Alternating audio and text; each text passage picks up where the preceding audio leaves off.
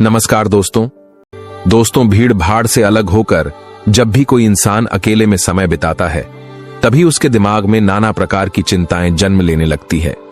मनुष्य की प्रवृत्ति ही ऐसी है कि वह ज्यादातर समय नकारात्मक ही सोचता है। अपने लक्ष्य को कैसे प्राप्त किया जाए, ये सोचने की जगह वो ये सोचता है कि अगर लक्ष्य पूरा नहीं हुआ तो मैं क्या करूंगा।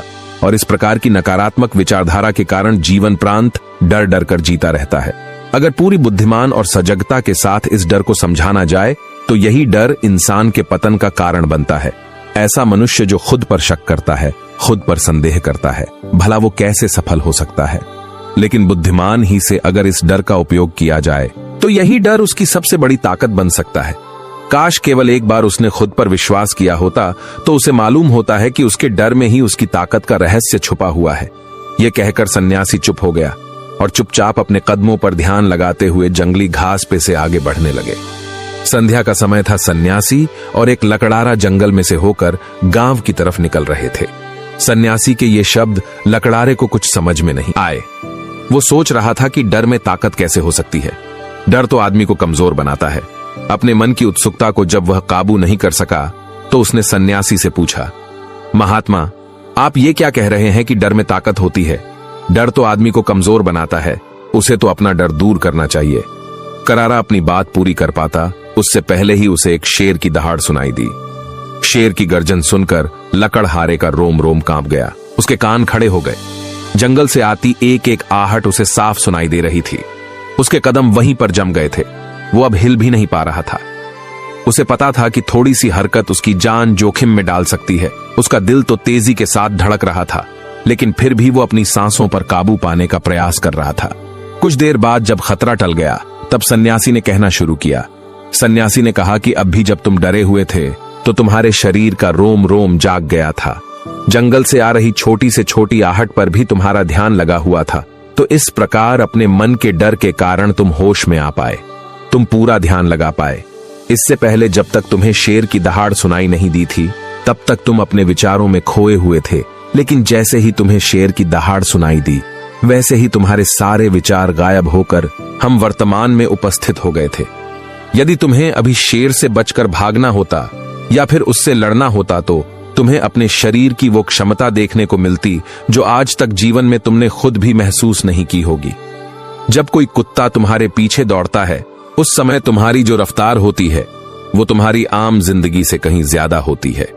साधारण जीवन में तुम इतने तेज नहीं दौड़ पाओगे जितना कि एक कुत्ते के सामने दौड़ पाओगे। ये ताकत या कहे कि हमारे शरीर की क्षमता अब भी देखने को मिलती है।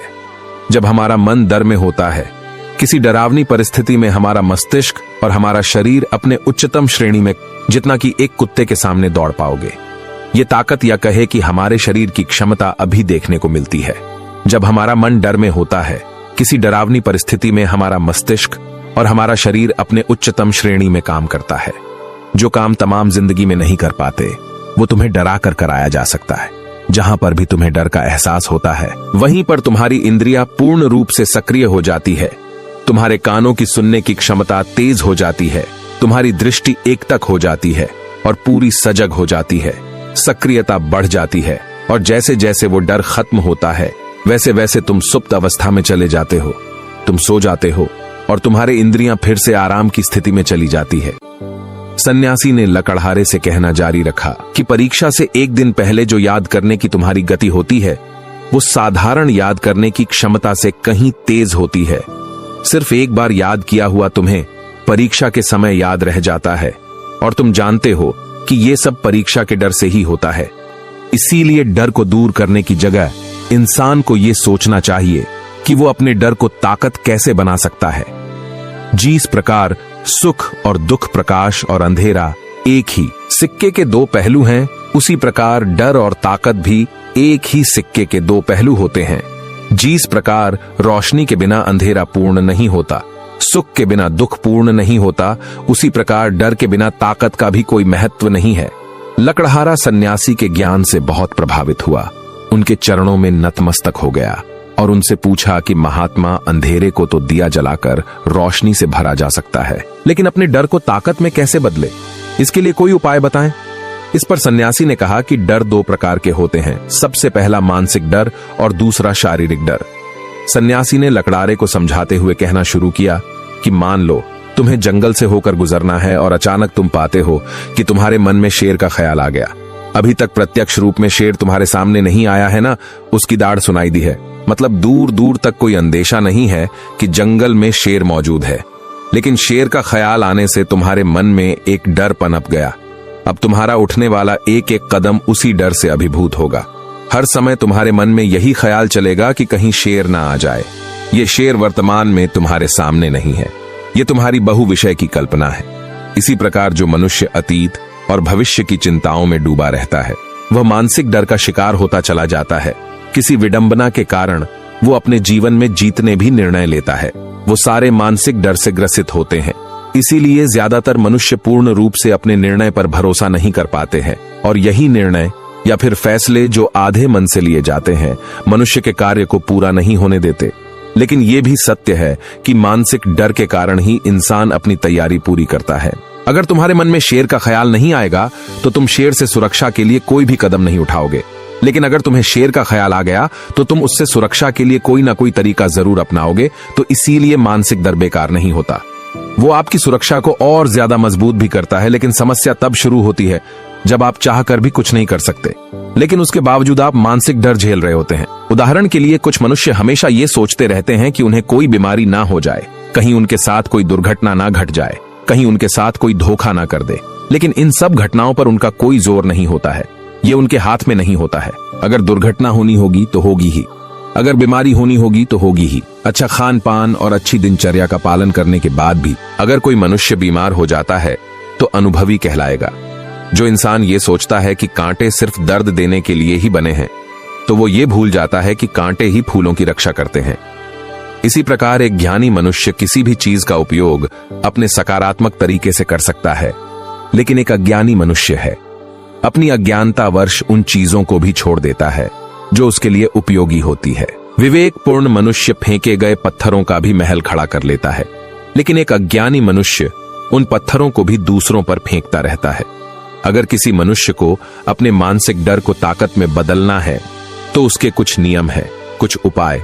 सबसे पहला उपाय अपने विचारों का निरीक्षण। अगर हम अपने जीवन में अपने विचारों का निरीक्षण करेंगे तो हम पाएंगे कि ज्यादातर विचार हमारे काल्पनिक होते हैं, और इसीलिए जो डर उन विचारों के कारण पनपता है वो भी काल्पनिक होता है। ज्यादा सोचने वाले लोगों को जब सोचने के लिए कुछ नहीं मिलता तो वो निरर्थक बातों के बारे में सोचने लगते हैं, और वो बेकार के विचार उसे तो परेशान करते ही हैं, साथ के साथ उसके परिजनों को, उसके सगे संबंधियों को भी परेशान करते हैं। इसीलिए ज्यादा सोचने वाले लोगों को यह समझना चाहिए कि मन में उठ रहे तमाम विचारों में से काम के विचार कौन से हैं। जो निरर्थक विचार हो उन्हें दूर करते जाओ, और जो सार्थक विचार हो उनको गहराई से सोचना शुरू करो। तभी तुम्हारी समस्याओं के, तुम्हारी उलझनों के उपाय निकलेंगे। मानसिक डर को दूर करने का दूसरा उपाय है उसका सामना करना। इसका मतलब यह नहीं है कि तुम शेर के सामने जाकर खड़े हो जाओ, बल्कि इसका मतलब यह है कि पूर्ण सुरक्षा के साथ तुम जंगल में जा रहे हो। यदि जंगल में जाना बहुत आवश्यक है तो तुम शेर के डर से अपने घर पर नहीं बैठ सकते हो। उसी प्रकार मनुष्य के जीवन में बहुत सारे डर होते हैं, जैसे कि परीक्षा का डर, लक्ष्य ना पाने का डर, झूठ बोलने का डर, सच के पता लग जाने का डर, अपनों को खो देने का डर, दुर्घटना हो जाने का डर। लेकिन जैसे जैसे समय के साथ इन डरों का सामना किया जाता है, वैसे वैसे ये डर जीवन से दूर होते चले जाते हैं। अगर तुम इनसे बचने का प्रयास करते हो तो ये जीवन भर तुम्हें सताते रहेंगे। ये तभी दूर हो सकते हैं जब तुम इनका सामना करो। कुछ लोगों को तो दूसरों के सामने खुलकर बात करने में भी डर लगता है। ऐसे लोगों को अनजान लोगों से बात करनी चाहिए।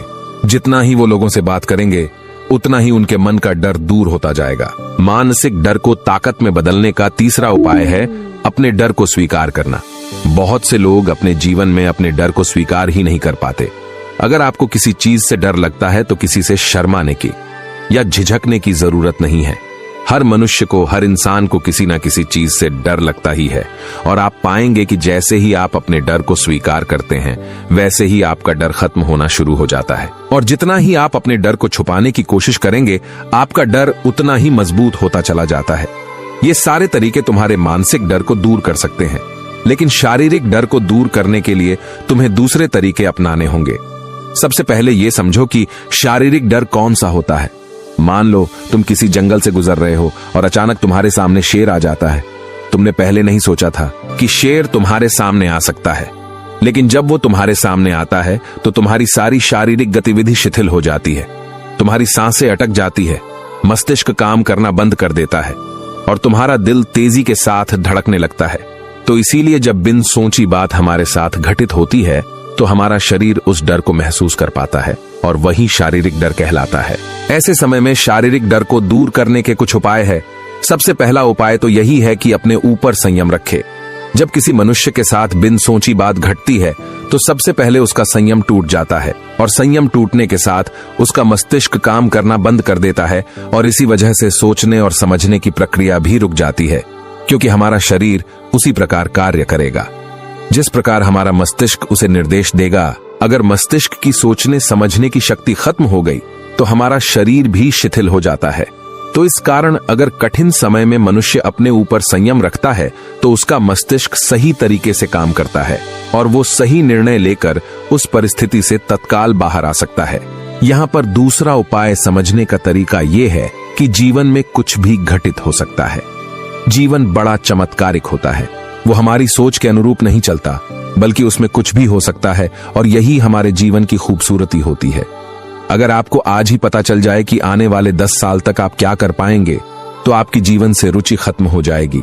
लेकिन अगर जीवन एक रहस्यमयी किताब की तरह बना रहेगा तो आप अपने जीवन से कभी नहीं थकेंगे। आपका जीवन आपको आश्चर्यचकित करता रहेगा। इसीलिए यह समझो कि जीवन में कुछ भी घटित हो सकता है, हमारी सोच से परे भी घटित हो सकता है। इसीलिए कुछ अनुमान मत लगा लेना।